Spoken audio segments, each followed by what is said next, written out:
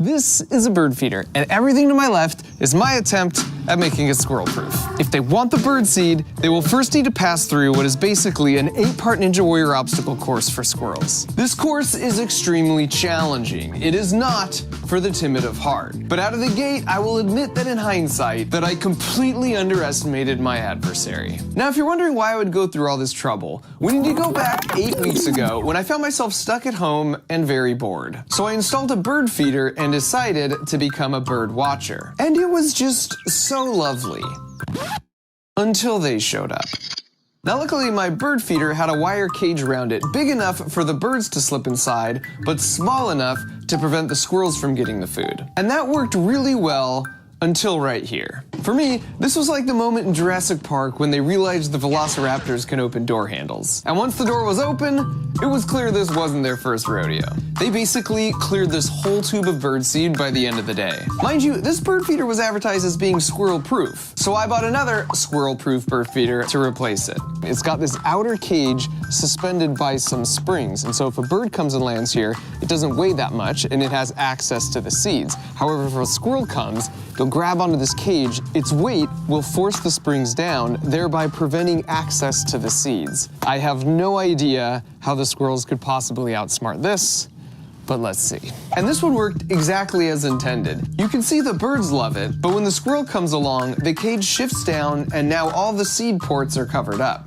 Every time they tried, it was the same results. However, the next morning, this guy manages to unclip the springs that hold the cage up, which means the cage stays in the lowered position where it blocks all the seed openings. Problem with that is now they can get to the lid. But this bird feeder lid doesn't hinge open to give direct access, so he goes with a different tactic, where he now has access to all the birdseed he wants. And so I decided I would try one more bird feeder design. Okay. Wow. It almost feels intentional at this point. This one's supposed to work well because it's got this baffle, which is supposed to keep the squirrels from just coming straight down and getting to the seeds. And more importantly, there's no way for them to rip this off. We'll see. This one debuted to similar results.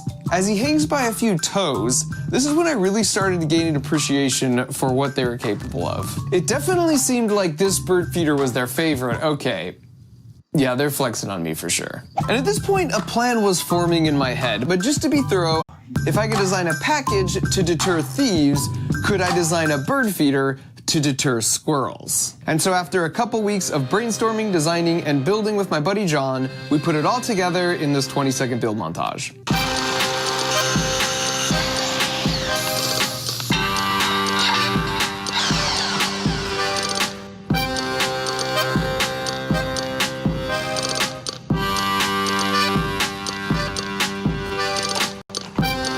Here are the basic elements.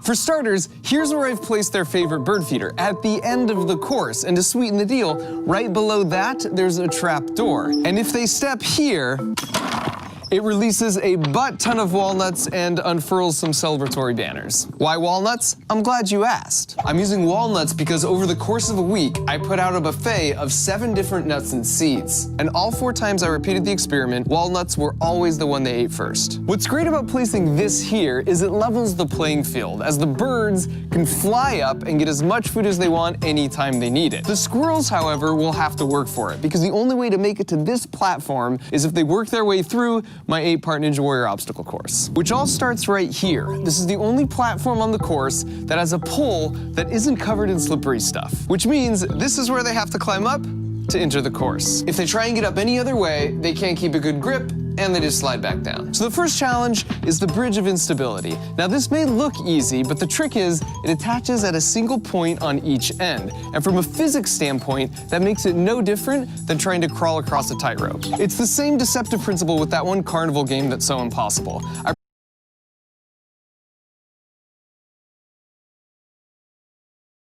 To a microcontroller that has a relay that connects to a solenoid, that connects to a pneumatic piston, that connects back to this platform with the pressure sensor. And so if they stand here for more than 3 seconds, they've got to start the course all over again. Next up is the sneaky bridge of deception. I've suspended a juicy walnut right in the middle, but there's no way this bridge will support their weight, so it'll be interesting to see how they approach it. The sixth challenge is called the tourist trap. It's actually a bit of a reward for making it this far. If the squirrel sticks their head through this board my wife painted, it's just a photo op they can hang on the wall of their tiny squirrel nest. I'll place a walnut here as an incentive for them not to miss this unique opportunity. The penultimate challenge are the quad steps of great elevation. This is taken straight from Ninja Warrior, and this is super tricky because these pads are all totally smooth and placed at a 45-degree incline. And now for the last challenge. At this point, they are a mere few feet away from their ultimate goal, but if they're not careful, they'll have to deal with the orbital assist platform, aka the final countdown, aka it's not a catapult, it's a squirrelapult. Which means they now have to go back and start all the way over from the beginning. Now, if they want to avoid that fate, they just need to stand on this pad for less than 3 seconds. But once again, I've placed a diversion here. This one projects an optical illusion of anything you place in the bottom of this dish. It's actually super trippy and looks even more impressive in real life because the projected image is 3D. They're like $9 on Amazon, and I put a link that explains the juicy physics of how they work in the video description. Now, with regards to squirrel safety, I know I seem to have this reputation of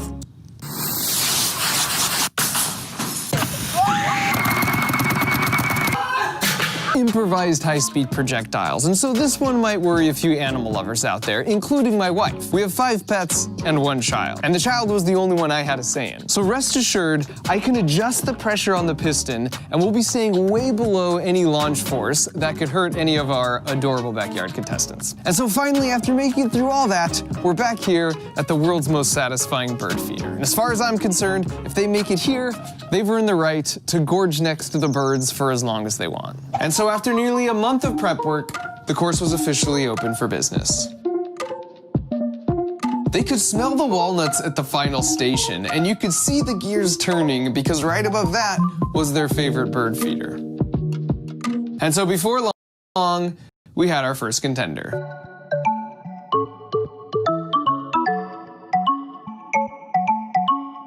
Feeder. I mean, you can't fault the guy for just clearly appreciating a good meal. So now that you know our 4 contenders, let's get back to Rick. So he hops back on, and he's actually doing better than his first attempt. Just barely. This is the best because he's like, okay, I got this. Never mind. Well, maybe no, I definitely don't. And this was the exact moment I realized I just might be outmatched here.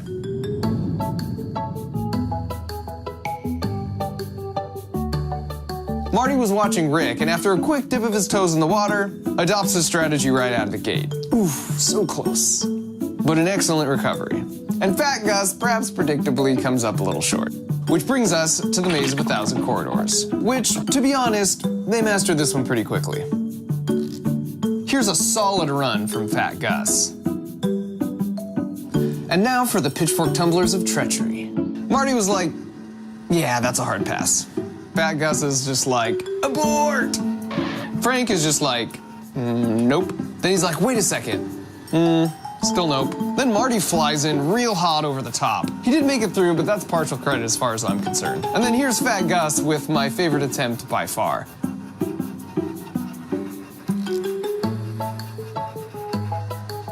And then Frank shows no fear, which helps him pull off this near-flawless run. And finally, Smart Rick surgically weaves his way through, essentially untouched. And I should mention, the squirrels were most active from 6 to 10 a.m., so every morning I've been getting up before the sunrise to start filming from in my house like one of those camouflage nature photographers, only like a suburbanized version. I've also had a handful of streaming cameras rolling 24/7, which has allowed me to make such discoveries as, we have the world's worst guard dog.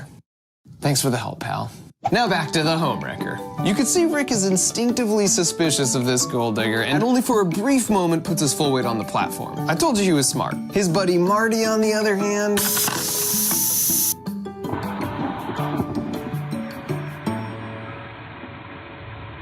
she is a cruel mistress. And because I know my wife is going to ask me, no, this will not hurt the squirrel for 2 reasons. Number 1, they are amazing like cats and always land on their feet. And 2, they themselves were jumping from this height all the time, and in some cases, much higher. In fact, squirrels are one of the few mammals that can survive a fall from any height because they make their terminal velocity so low. You can see it right here. They make their body as flat as possible, then put their tail back to increase drag. They basically become their own parachute. And then right before they land, they pull in and fully extend their arms and legs to act as shock-absorbing landing gear. This is so cool. Now back to the course where even smart Rick eventually lets his guard down, which is exactly when she strikes. But just like all the other obstacles so far, after a day or 2, they'd mastered it. In this case, even disregarding her offering of a fresh walnut. Now on to the Slinky Bridge of Deception, and this was the sleeper obstacle in my book. That is not a large gap, which they can easily jump, but having the Slinky there just threw them off somehow. You can see how much Frank is struggling here, and he's the brave one. And Rick only jumps when Marty shows up for emotional support. But like all the obstacles so far, after a day or 2, they'd mastered it. Now on to our third to last obstacle, the tourist trap. And this one was just a freaking delight. A little peanut butter really did the trick here.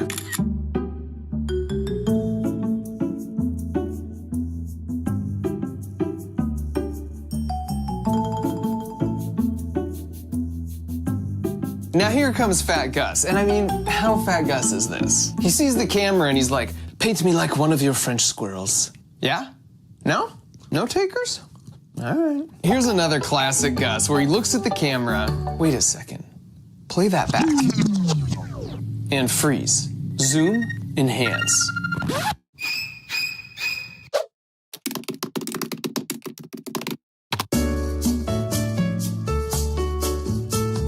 Well, turns out Fat Gus is not a dude. And he's pregnant. Which meant I was suddenly feeling real uncomfortable about all those weight comments. So after a bit of a pivot to smooth things over, we soldiered on to the quad steps of great elevation.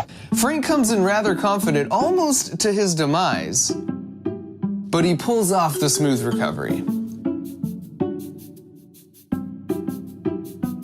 So after not much time at all, they were looking pretty good here. In fact, one morning I noticed Marty totally skipped the last step altogether, which I took as a challenge, and so I removed the middle step to see what they would do. And who else but Fantastic Gus? Let's slow that down a bit. They're such amazing jumpers, so I suppose the quick mastery here wasn't a surprise. I mean, this right here is probably a 10-foot jump. And here's some classic brave but dumb Frank. He'd already entered the course normally and made it to the home wrecker at least a dozen times by this point. And yet for some reason, he decides this 12-foot jump is his best course of action. And Smart Rick was the first one to enter the course, so in the end, after about a week of effort, it was fitting he was the one to make it to the jackpot first. And he's so stoked, he apparently wants to run the whole course in reverse. In hindsight, we probably should have made the jackpot a little quieter. Here's Marty, as always, not far behind.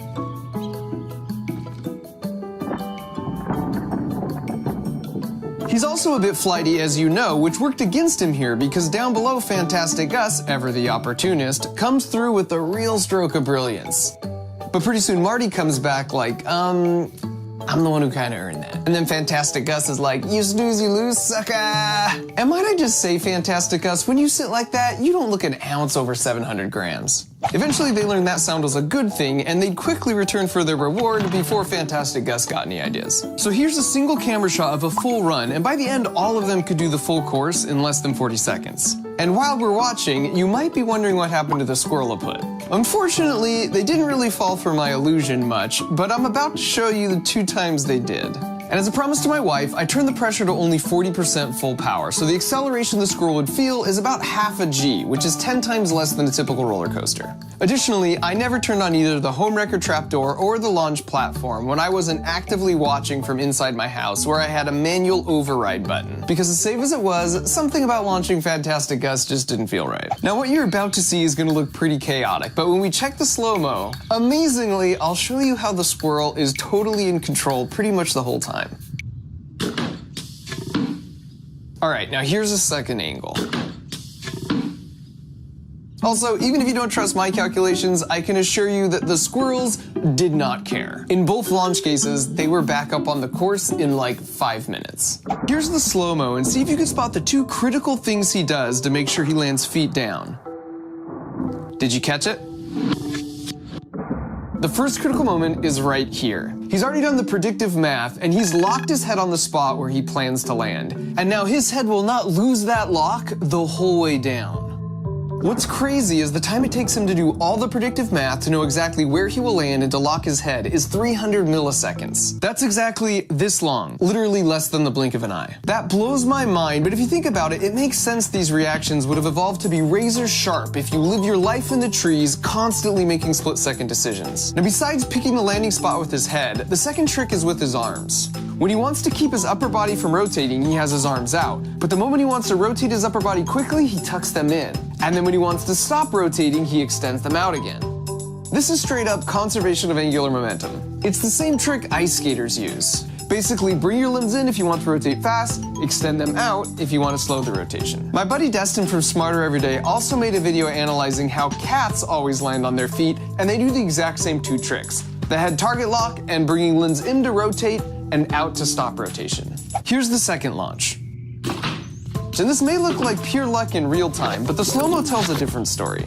In that amount of time, he's already made a slight lateral push in that direction and locked his landing target with his head. We know from the previous clip he can rotate his body to any orientation, but he doesn't in this case because he sees his small push has already aligned him for the perfect landing. That's just so cool. And so after those two physics demonstrations, I disabled both the launcher and the home wrecker trapdoor and just let them enjoy the course in peace. As far as I was concerned, they had earned it. Plus, after spending a month together, we were sort of bros by this point. If they saw me coming out to work, they would certainly jump away, but then they'd just quickly be right back. And sadly, all good things must come to an end, and because I didn't want them to develop an unhealthy dependence on my handouts, after about a week of free reign, I took down the course, but in its place, I put up a specialized squirrel-sized picnic table. Every morning, this door opens to release just a few walnuts as a little treat to remind them of our good times together. Although I had to laugh that after all this, somehow I didn't anticipate on day one, Frank would immediately try and figure out and partially succeed in finding a way to beat the system. Like everything else though, they quickly caught on, and now on some mornings I'll catch them just waiting for the daily ration, chilling patiently on the bench seat. That is everyone but Fantastic Gus. Don't ever change, buddy. When I started this 2-month-long adventure trying to birdwatch, I had no idea I would enjoy squirrel watching so much more. It's also made me realize that even amongst the structures and pavement and power lines, how interesting nature can be in a single suburban backyard if you just really stop to look. Even the plants are amazing. I had no idea that as vines grow, they spin around looking for something to grab onto. I didn't anticipate the wide variety of animals that use fences as interyard highways to get around as a substitute for all the trees that existed before we got here. Even little interactions like this spider extending his life with this very timely leap into the unknown were just so delightful to see. But of all the animals, I can definitively say now that squirrels are my absolute favorite, and they're certainly a more formidable adversary than porch pirates. They're kind of adorable, incredibly crafty, curious by nature, athletic, and persistent. Turns out squirrels can live to be 20 years old, and so I like to think that someday Fantastic Gus will bring his grand squirrels to the fence and regale them with tales of cowboys and courage and legendary walnut piles.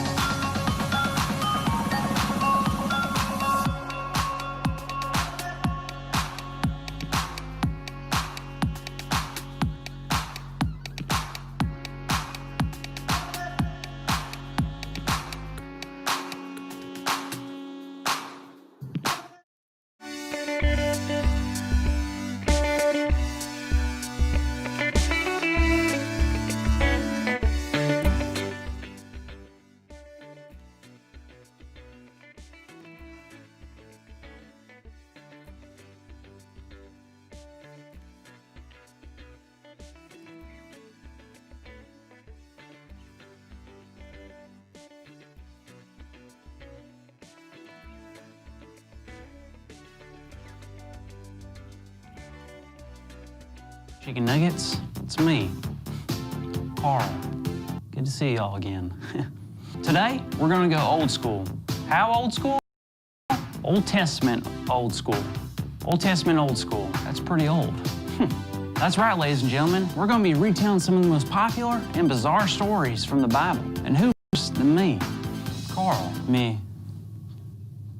What? Me. I'm better. I mean, I wouldn't say you're better. Okay, boomer. I'm not a boomer. I was born in the... Let's get it!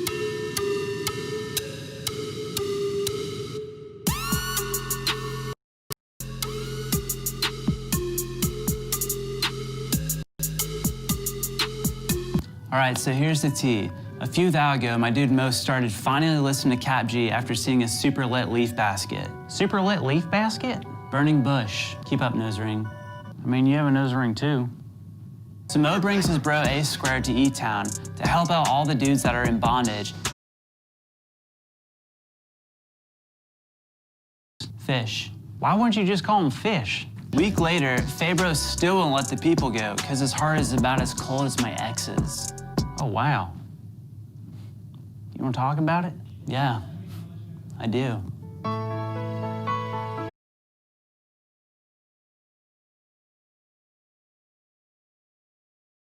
So then, the numero deuce plague started. The plague was cray and covered the whole land in croakies. Croakies in your bed, croakies in the kitchen, croakies everywhere. Croakies? Hoppers, little jumps, Kermits, frogs. Oh, frogs. You know, I would venture to say this story is totally awesome. It's very riveting. Stop. Sorry. So plagues kept coming, but still, Fabro's heart was more shut down than a Chick-fil-A on a Sunday. Then after 10 super gnarly plagues, he finally changed his mind. Told Mo, Aaron, and his people to dip. So Mo and A Squared said, I'm gonna head out. But then Fabro, worried about his clout, changed his mind, got his squad to chase after them. But Mo got jammed up and hit a big lake, had nowhere to go, and people began to doubt Cap G. But Mo, being a big stand for the big man, listened to Cap G, raised his hands with his staff before the H2O, and yeeted the sea so he could strut right through on dry ground. The end. Wow, that was really well said, Brock. So remember, y'all, things will always go better when we listen to God the first time around. Easy, booster seat.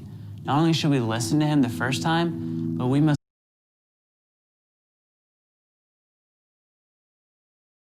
The lesson is, the longer you resist listening to God's voice, the harder it will be to hear him. Also, God is super dope. Man, thanks, Brock. I don't think I say it enough, but I really do appreciate it. Loser says what? What?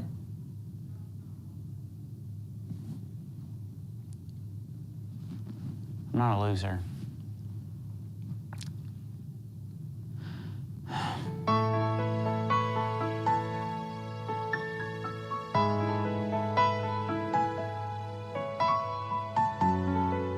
Hey, Brock. Sup? Why did the frog not park on the road?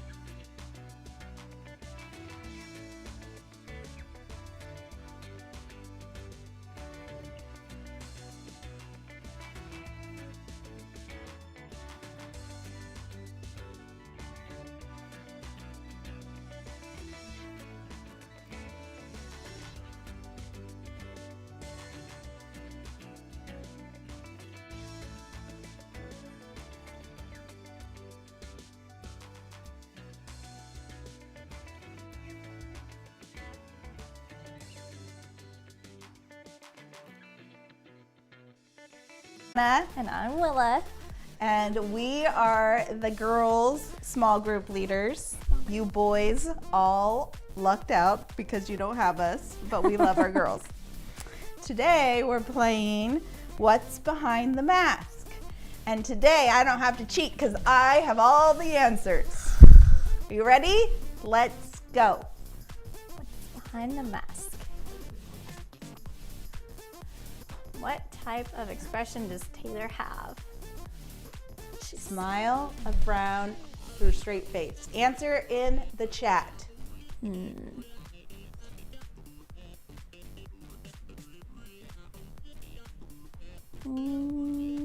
C. She's saying Sophia says straight faced. I'm gonna say straight faced. Oh, nice job, Sophia. Good job. All right, next one. Pop star actress. Who is the person behind this mask? Oh, that's Katy Zoe. Perry or Zoe something or other? Deschanel. That's Zoe. What did Totally she Zoe play in? Deschanel. She was in. You're not supposed to tell them the answer. We weren't. I don't have the answers. I was guessing. Yeah, I Yeah. have the answers. This is how we do it. The person with the answers asks, and then the other person tries to guess. So that must mean I was right. And Willa's just telling me who Zoe is because I don't know. She's in Girl Next Door. She's been in a ton of movies. She's a singer and she's been in a lot of things. Okay, Grant, tell us who it is. Oh, or don't. Told you I was right because It's they Zoe. accused me of Good giving the answers. job, Willa. John, they accused me of giving away the answers when I was trying to guess. Because I Hunter was said right. she was an elf. Thank you, Yes. Hunter. Thank you. She was blonde in Elf. Remove the mask, and where will you find Steph Curry's mouth guard? Side of his mouth. I'm guessing the side of his mouth. Yeah, wait for time for them to respond. I know, I'm not guessing. Okay, who got it right on the first one? It was Sophia. Sophia. Yeah, I got it. And then I guessed the second one, and they're like, "You're not supposed to give the answers." I'm like, "Oh, so I was right." Hunter says C. Rihanna says A. I'm gonna say A. That's my guess.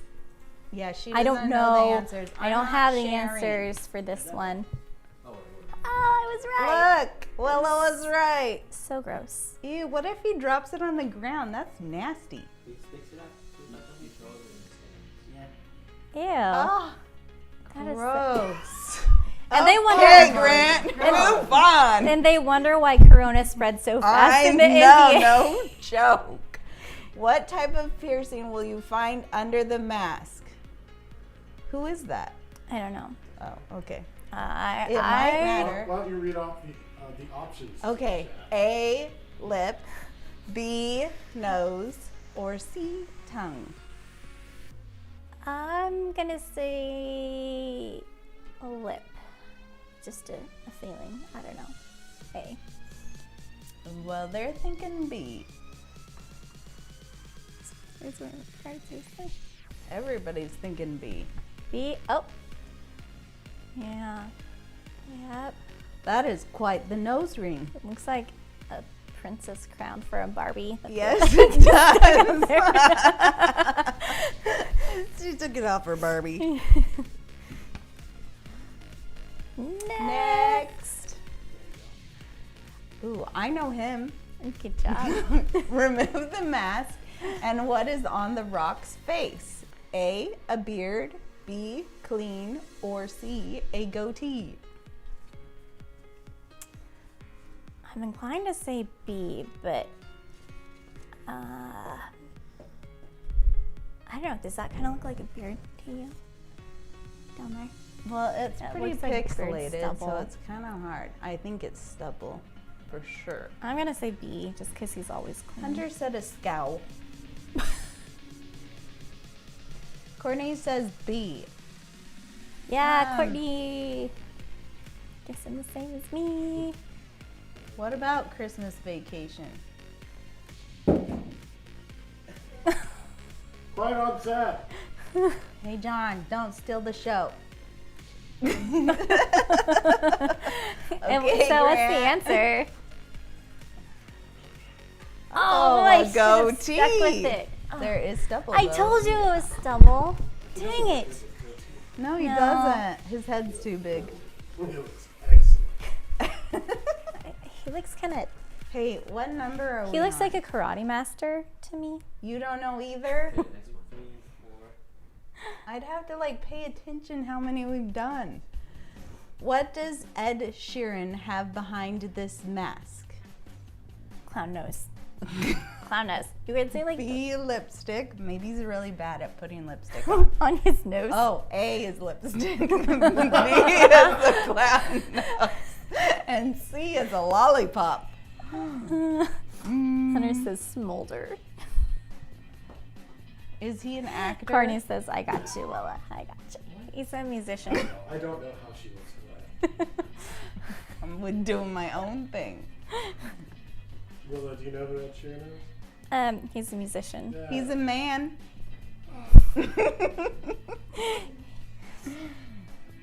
Everybody's guessing the other one.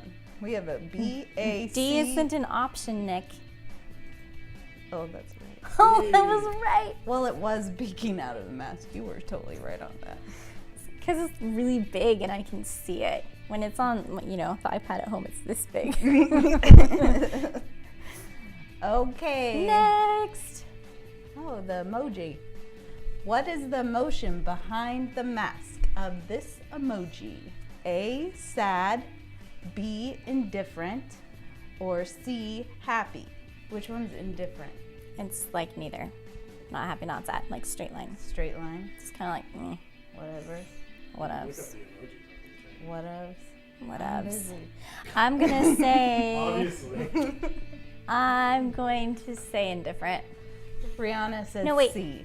Maybe it's happy. Happy. I think it's happy because the eyes. Happy, happy, happy. Nice job, Brianna. Good job. And next. What is the color of the macaroon that is about to be unmasked? Pink. Pink, yellow, or blue? I think it's pink. Like before I even saw the options, I thought it's going to be pink.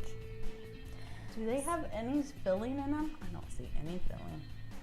It's really tiny like the green one does. Yeah, but do you see any on those? No. They're not good. They're not. Whoever made good the macaroon is macaroons. going to do a good job because there's not enough filling. That's right. Don't they watch Food Network? Right? That's what I watch, Grant. Hunter says it's an Oreo. Or we've been watching vet shows. Ellie likes vet shows. Yes. I like the Dr. like Oakley, the Yukon vet. Yes. Yes. Been binge watching that. Anyway, I think it's pink. Can we show the Yes! Yes! Totally right. I'm doing so good tonight. Whoa, that is hot pink. That is. They don't really go together. They need to work on their color scheme too. Me. Could be Okay, worse. Grant. Could be worse. Oh, look at the dog. What are you going to see on the mug of this pug? The mug of the pug. Oh, they can rhyme. A, tongue out, B, smile, or C, snarl. He said snarl and snarl. Did you mean smile? But you said smile. I did say smile. Oh, I thought you said snarl and then snarl. I'm gonna say the tongue out because pugs always have their tongue out. Yeah, But I agree. I don't know. Oh, Rihanna agrees. Oh my word. That is a that long is a tongue. big tongue. But that's not like a typical pug. Like its nose is not nearly smashed enough to. No, it's not. So it makes sense that his tongue would be extra long if his snars is extra long. His tongue's gonna be extra long. John's never gonna let us do this again. Nope. Oh, it's Last the one. last one. Thank goodness. What are you going to see on the mug of this llama? They didn't rhyme. A, pucker, B, teeth, or C, smile. That llama would be a good one to dye its hair. I'm gonna say teeth. What? You Smile? wouldn't want to dye its hair? No. You haven't seen some crazy llama pictures? Have you seen the video of the llama that's like got his face Hunter in the said hay lipstick. and it like picks up its face and it's got hay like all over? I'm gonna say B, teeth. That's my guess. Oh, I crushed this. Oh dear. I'm never this It good. was much cuter with the mask on. Yeah, can we put that back on? Back it up, Grant. Right? Pause.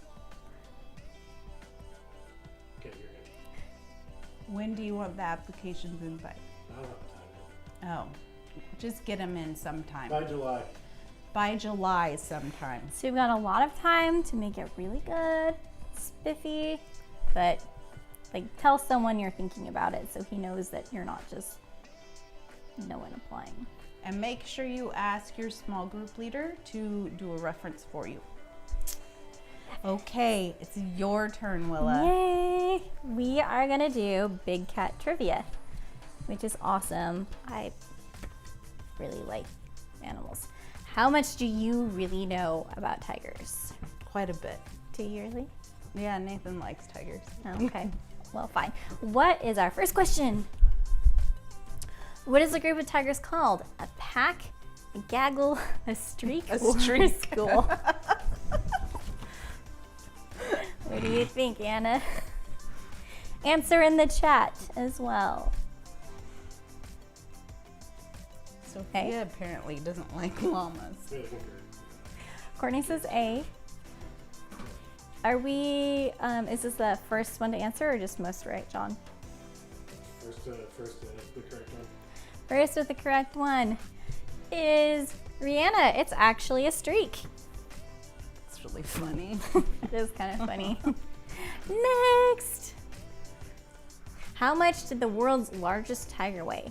935 pounds, 1,022 pounds, 897 pounds, or 782 pounds? I'm pretty sure it was A. We just watched a show about this. All right. We'll see if I paid attention. Why? Y, E, neither one of those are on there. No one got it right because no one answered correctly, you guys. Come on. Well, no, they're showing the answer on the live stream. Oh, look, I was right. I paid Yeah. attention. You guys yelled at me for telling people the answers when I wasn't even telling them the answers. But Grant Brandon was, just put it up on the screen. and nobody guessed it. Yep. So I get that point for sure. So yeah, it's 935 pounds. That's a lot. That's A terrible, big Hunter. tiger. Which country has the most reported tigers in the world? India, Africa, China, or Malaysia? In the wild. Yeah, wild. World, wild. It might Sorry, be this is what both. I get for accusing you of reading. Just helping you out. Right? Looking for answers. Canada's not up there, Sophia. Rihanna says A. Nick says A. I think Rihanna gets it right. It is A. Woo! Yeah. All right, next question, please. What is the average maximum speed of a female tiger? What is the average land velocity? 63 miles per hour, 38 miles per hour, 47, or 52 miles per hour. They're not cheetahs. Got an answer for D. D. Keep guessing. Keep guessing.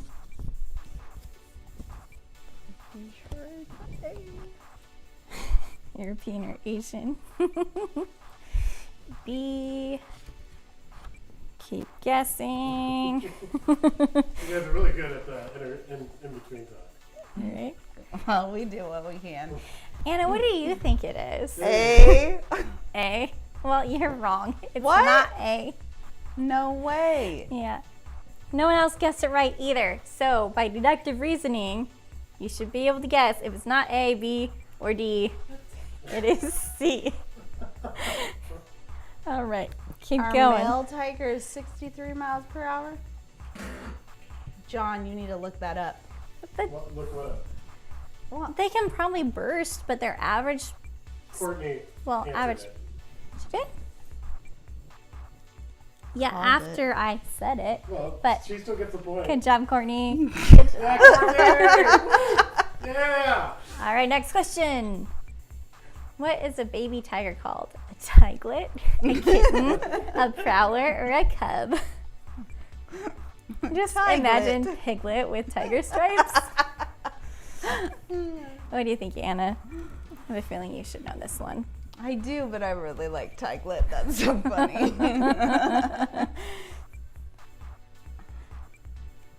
Oh, sorry, Courtney. Maybe it was a second before. The chat's a little delayed. So On internet, you got it. We talk the best when it's paused. Go. that one is pretty easy, I think. Was. All right, next question. Nick's at dinner. I know. They're hungry, apparently. How many species of tigers are there? 9, 16, 12, or 7? Nightbot's happy to help. Maybe he'll tell you the answer. All right. What do you think, Anna? Do you think it's A, B, C, or D? I think that it is A. How many species of tigers can you name? None. Go. White tigers. So, Oh, fine, Joaquin. Siberian. Siberian, yeah. No issue. Joaquin has all of them. Sorry. no, Joaquin, go ahead. Siberian. Keep going. Malaysian. What else, Joaquin? There's the Indian tiger. Incan. There's the Indian. Yeah, that was the first one you named. Indian, Malaysian, Siberian. You might want to check the chat. Oh no, I'm having fun. No, The Bengal tiger. we've got wrong answers and 7, which Nick is also says a wrong he can answer. Name them all, but he didn't name any. So keep guessing because no one's got it right so far. Anna, what did you say? You might have gotten it right. I think you did. You did. I said it was 9. Yeah. I love that. And no one in the chat. Just said it. Yeah, but I've been waiting at the chat and like no one has said it right. They're still guessing They're wrong. still guessing wrong. Oh my God. Like I waited. I felt like I waited a really long time. Will and I don't have any patience. Don't you know that? Pygmy tiger. Pygmy tiger. See? Nope, still you guys. Oh, Courtney. Yay, Courtney answered correct with 9. Good job, Courtney. Next question. Happy to help you, Courtney. What is the largest meal a tiger can eat? Oh, goodness. 42 pounds, 76 pounds, 68 pounds, or 85 pounds? How do they know how much it weighs? Maybe they had a tiger in a zoo who hadn't eaten in like 3 weeks, and then they gave it 100 Drop pounds the of tiger food. in the zoo? I don't know. Places do weird things sometimes. Not like a modern zoo, but you know, maybe they weighed like a deer or something before they fed it, and then weighed it after and saw how much was gone. They have ways They have and ways. reasons. What do you think? What's the largest meal a tiger can eat? C. I think it's C. What does the chat say? To read the Bible. And how many double cheeseburgers for 50 bucks?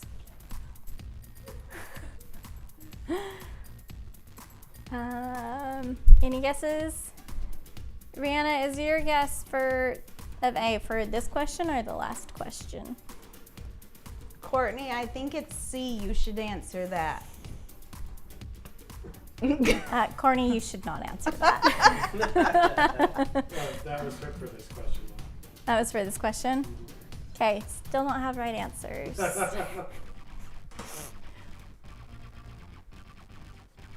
So, like in India, tigers are known as man-eaters. So I'm guessing it's probably pretty big. Thanks, Courtney. I love you. Yeah, you shouldn't trust Anna though, because she told you wrong. I don't have the answers. Told you wrong. You should follow us on Instagram, Yay, though. finally, Courtney. Courtney got it right. It is D. All right, next question. Which is the largest species of tiger? Bengal, Siberian, Indo-Chinese, or Malayan? We watched a show last night. It's an episode of the zoo, and they had Malayan tigers, and they look pretty small. So I'm guessing it's not D. I like the zoo ones. Those are my favorite. They don't have liger on here, which ligers Oh, I are knew actually about that like one. way bigger. Way bigger. So let's see. We've got Hunter says C, Sophia says C, me and Courtney say D. Who said? Sophia, you got it right. It is C. Good job. Siberian. Good job, Hunter. The one species that Anna knows. That's right. What color eyes do most tigers have? Are they mostly yellow, green, black, or orange? Totally threw me off because it was like B green and I was trying to say green. That's not right at all. What do you think? What color are most tigers' eyes? Green.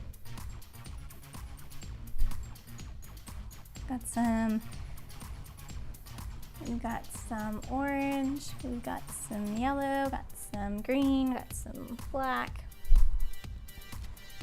We've got a black. Has a student answered all letters? And go. Sorry, you guys. Anna said a student had answered all the answers correctly. Nobody brought me Dutch Brothers. Apparently you need it. Your excuse for everything can't be coffee. Yes, it can. No, it can't. Yes, it Yeah, can. I can. So we need a student to say A so someone can get the point. Hurry up. 1, 2, 3, go. First person to say A. Courtney, the answer's A. You're killing me, Anna. Hey, Grace and Grace. Yay, Courtney. Good job, Courtney. She actually told you right this time. This is our last question. Should we say? Hunter said too much helping. Well, Hunter is the one who helped. What is the name of the tiger character in the Jungle Book? Is it Shere Khan, Mufasa, King Tigris, or Bagheera? There's a trick question or trick answer in there. Mufasa. Definitely. That's what I wanted to name Rusty, was Mufasa. But you have to Mufasa, say it Mufasa. like Mufasa. He walks around our house like that. Yeah. Yeah. They have no problem with this one. Well, yeah, it's Yep. Disney. Yep. Although Nick Courtney got the said she didn't answer. watch Disney. I think Nick is the first student for this one to Yes. say A, so it's Shere Khan. All right. That is it for the Tiger game. There you go. Oh, I thought we lost our audio again. All right, Anna, let's continue with our Small group instructions.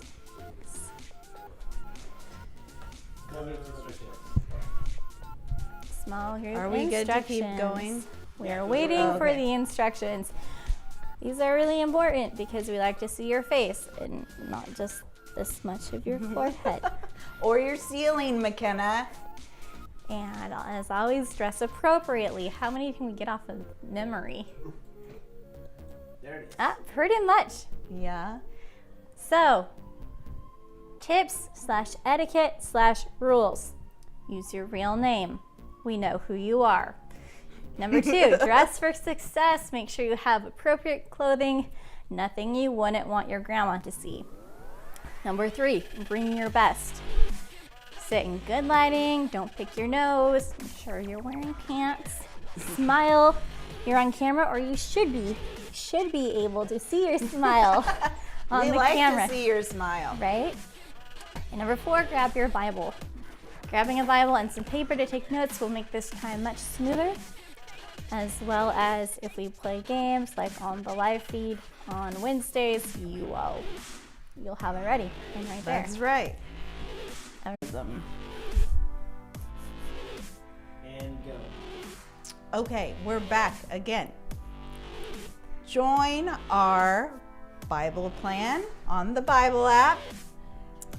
It's called Love/Hate. Really easy. And it Hard to follows miss. along with what John is teaching on, and it's a great way to stay connected. It's like a verse and this much of a reading. It'll take you 2 minutes.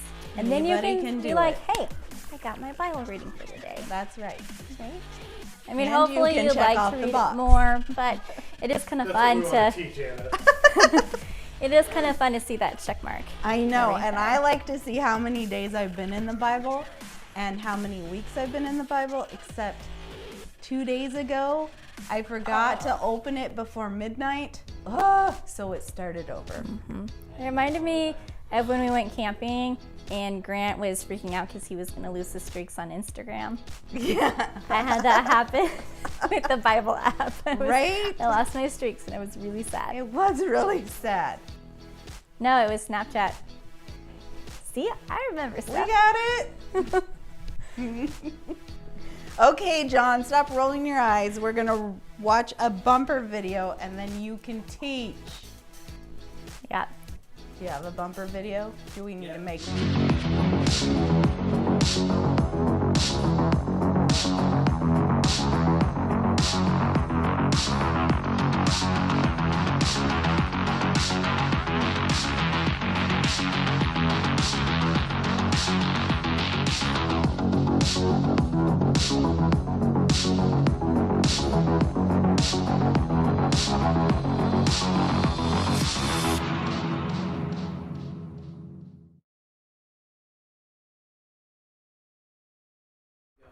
Hi guys, it's me now.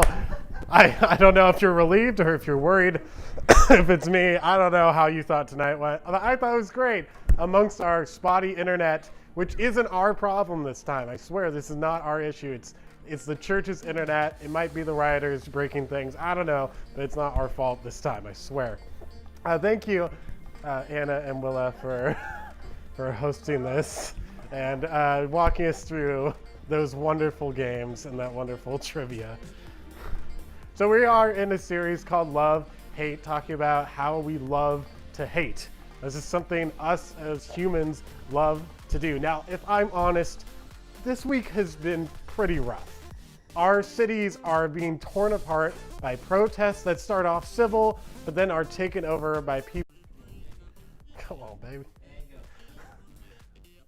So that's all in response to an ongoing issue of racism that really stems from sin. And the message I'm going to bring tonight is it's highly relevant to all of that's going on. So please pay attention because this is going to be really important for us to understand tonight. But first, let's just pray as we get into it.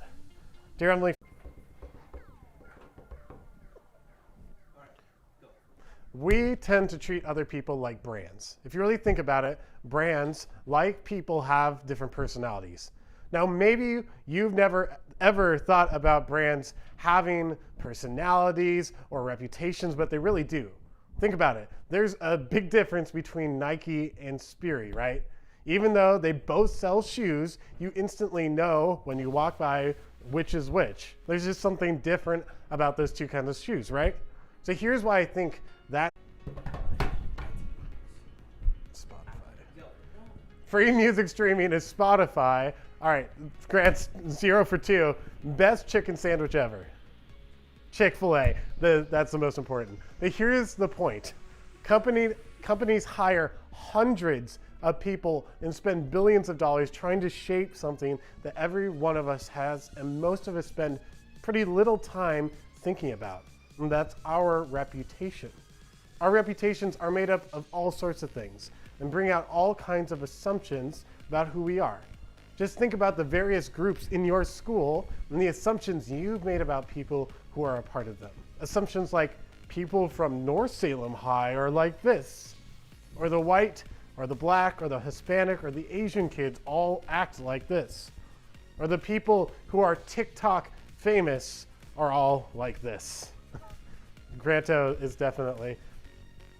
Some other reputations. Hold on, my teleprompter's not working. How about FBLA students? Are they all like something? Yeah, the kids who vape are all like this, right? Even though we don't say these things out loud, or at least we shouldn't, we all tend to fill in the blanks about other people, to assume we know what to expect from them now and what they're capable of and how they'll respond in any situation. In other words, how we fill in the blank now determines what we expect from them next. See how this starts to make sense with this current climate we're in? We know someone's reputation, or we build one for them in our minds based on a single action or a single person in their group. This isn't a teenager thing. This is a human thing. We all do this. Now, where do these assumptions come from? Well, I think they come from a lot of places, but the following stands out the most. First off, experiences. We all have experiences of what someone like them did or said to us, and we use those experiences to prejudge what this person is like. Or how about insecurities? Sometimes our assumptions are formed from our insecurities. The person we're filling in a blank about has something we want or we really wish we had. They have the starting position on the team, or they have that house that your family could never afford. And it's annoying. We automatically assume the worst about them because they remind us of how far we feel from being the best. Our limited experiences and insecurities cause us to fill in the blanks and convince ourselves that we know way more about someone than we actually do, that we can literally predict their future. It's pretty illogical when you really think about it. And it can be a problem if we really want to be known for love rather than hate. Because often, to be honest, we don't fill in the blank with something nice. The ironic part is that we hate it when someone else does that to us, but how do we resist the temptation to do the same thing to others? Now, there's a moment from Jesus' life that may be able to help us understand how to empathize with our brothers and sisters who have been marginalized, and how to handle those we marginalize either unintentionally or intentionally. You see, Jesus in this story was in the middle of a tense encounter with some of the religious leaders in Israel at the time. And these teachers of the law and Pharisees were a big deal in religious circles and had a brand of self-righteousness that they thought set them apart from everyone else. So when Jesus came around and started spending time with the people the religious leaders had branded as sinners, or people who weren't as close to God as they were, things got pretty tense. And they actually started to try and catch Jesus off guard with questions they hoped would prove him that he was a phony. They wanted him to slip up and answer something in a way that took away his credibility and made him really look bad. And during one of these encounters, after some people had gathered to listen to Jesus teach in the temple, the religious leaders caught a woman in a pretty R-rated situation. So they dragged her in front of Jesus to see how he could handle the punishment. I think that what unfolds here shows us a different way to live. Instead,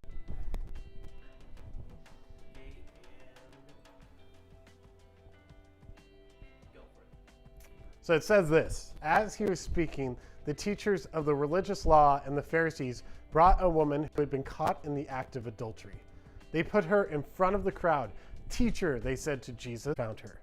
We can assume she was already pretty humiliated, and the law demanded that people respond by literally throwing rocks at her until she was dead. And so the religious leaders wanted to make Jesus choose in front of a crowd of people. Was he going to overlook this woman's obvious sin and ignore the law of Moses, which would take away Jesus' credibility as a teacher and really anger the religious leaders? Or would he allow her to be stoned, causing the crowd to turn on him? It was a trap. The leaders knew it, and that they knew they had caught him in a trap, because that was the point. So let's look at what happens next. We continue in scripture. It says, "But Jesus stooped down and wrote in the dust with his finger." They kept demanding an answer, so he stood up again and said, "All right, but let the first one who has never sinned throw the first stone." Then he stooped down again and he wrote in the dust. When the accusers heard this, they slipped away one by one, beginning with the oldest, until only Jesus was left in the middle of the crowd with the woman. And Jesus stood up again and said to the woman, "Where are your accusers? Didn't even one of them condemn you?" "No, Lord," she said. And Jesus said, "Neither do I. Go and sin no more." And that's John 8, 6 through 11. So this is Jesus at his finest. I'm not sure we can fully understand the tension of this moment. These religious leaders who built their brand on appearing better than others and pointing out the sins of others are totally put in their place. Basically, Jesus is saying, you're quick to point out what everyone else has gotten wrong, but what about you? Have you ever gotten it wrong? Then one by one, these leaders realize their plan backfired. Jesus kindly and lovingly realizes the woman who is literally afraid for her life, and he tells her to go in freedom and to live her life differently. Can you imagine? Now don't miss this. Everyone here was guilty of something. Both had a reputation for being one way, and both can choose to leave differently than they arrived. Jesus challenged the woman to change by saying, "Go and sin no more." Because no matter her reputation, he believed change was possible for her. It was such a Jesus move. He changed everything because he's on their behavior that one time. Don't we tend to assume we already know what will happen next in their story because of what happened before, or even we think they may have done? But Jesus' approach to this situation in the story teaches us something different. The woman who had a brand, a reputation for being bad, who everyone judged based on this one thing she had done, saw her as more than just this one thing. He believed something was possible for her future, no matter her past. He didn't.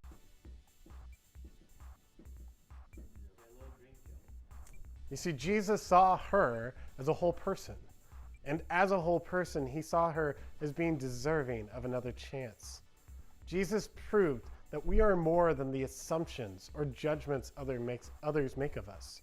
We are worthy of forgiveness, of grace, and his second chance because of his love for us. And we can extend the same forgiveness, grace, and loves to others too. What if this was the approach that you and I started to take when forming our opinions of other people? What if instead of filling in the blanks with assumptions and judgments, we chose to believe anyone could radically change? What if we believed anyone could surprise us and be far better than we actually think they are? What if we chose to let love fill in that blank? This would change a lot about the way we think about and treat other people, wouldn't it? Not only that, this would also change a lot about the way we think of ourselves too. We may wind up realizing we're not as terrible as other people have made us feel, or we're not as perfect as we may think. There's something both encouraging and humbling about Jesus' approach. It puts all of us on the same level as people God loves and people Jesus does. So that McKenna girl, she's crazy. Oh. In other words, when we fill in the blank with judgment or hate, we are only seeing part of a person. Their actions, whatever they did that was wrong, or something we don't like. Now, if you think this sounds a lot like racism, then you're correct. Think about the current George.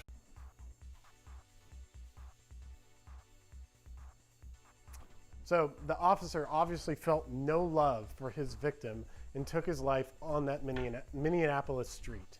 If George Floyd did commit the crime of using a fake $20 bill, he did not deserve to die at this man's hands and deserved a second chance. That's what it's like to fill in the blank on someone's life with hate.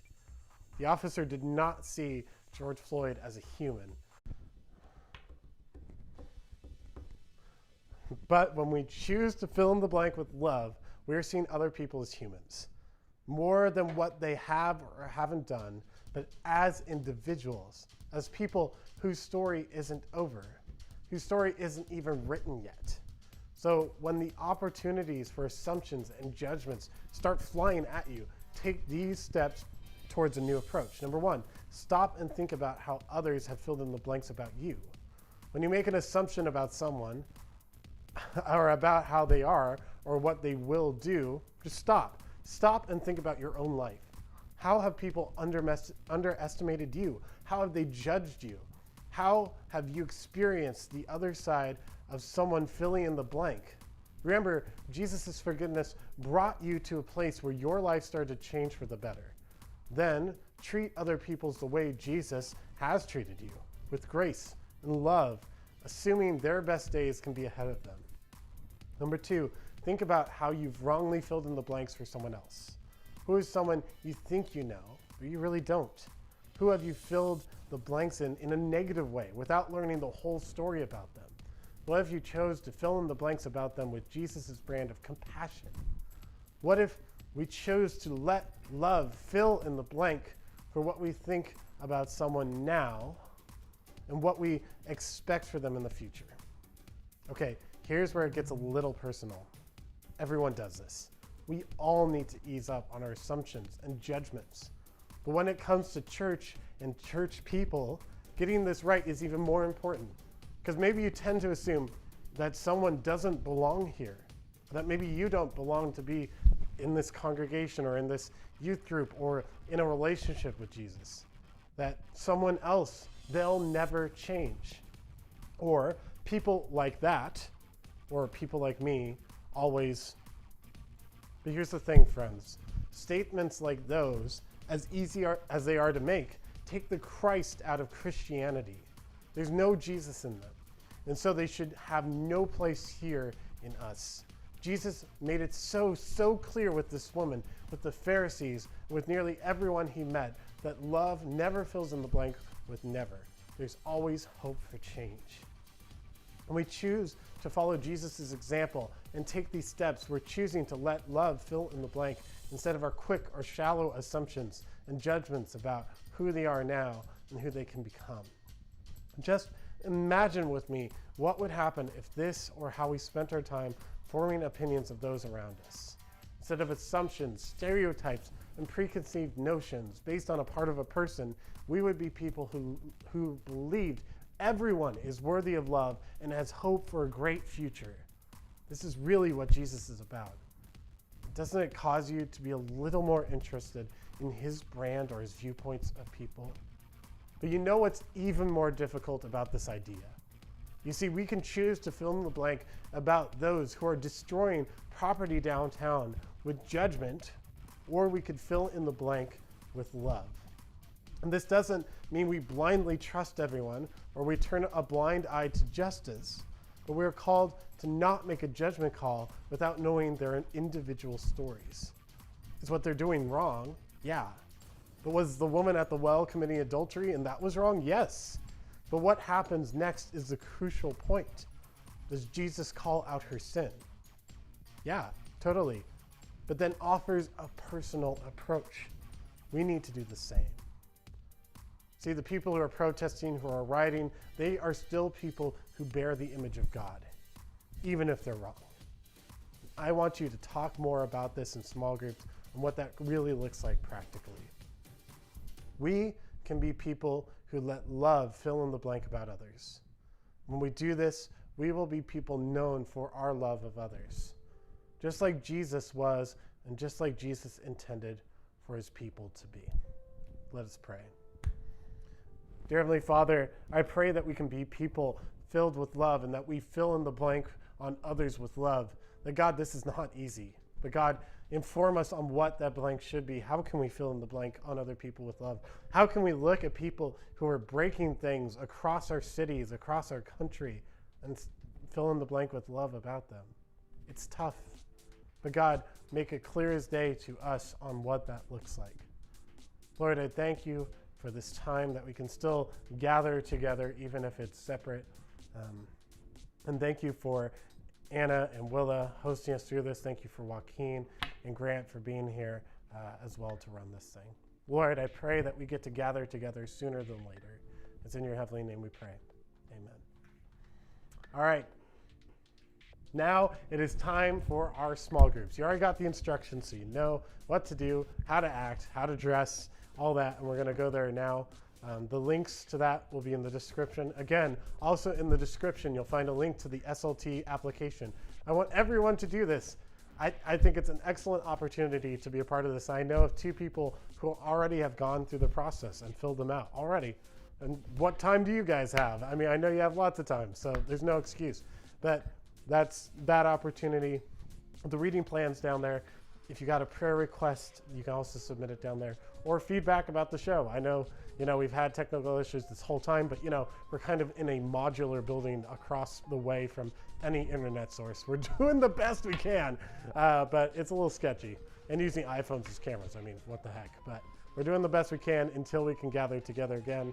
What's Up Wednesdays is this Wednesday at 6 on Zoom. And I think that's all the announcements I have. We'll see you in small groups.